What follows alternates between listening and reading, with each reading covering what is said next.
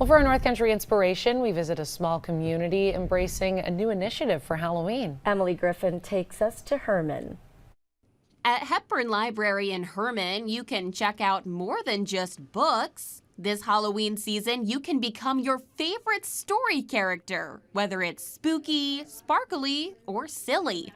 We have hot dog costumes, and if there's any mom out there that would like to be a princess with her daughter.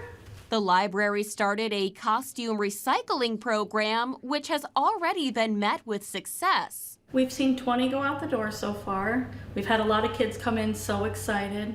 In rural communities like Hermon, costume shopping can be challenging. We don't have a lot of stores around here.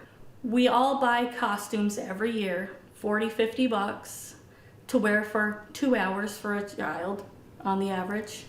And then you store it away in your basement or your attic for a year. So we just thought this would be a good way. Everyone could clean out their attics and you could come in and pick out a costume for free. It's open to everyone. It's not just for the town of Hermon. There's options for all ages, and for those who may have sensory issues, there's Halloween t-shirts. We don't want anyone to feel left out just because they don't wear masks or wigs or, all the kids deserve to have a good time.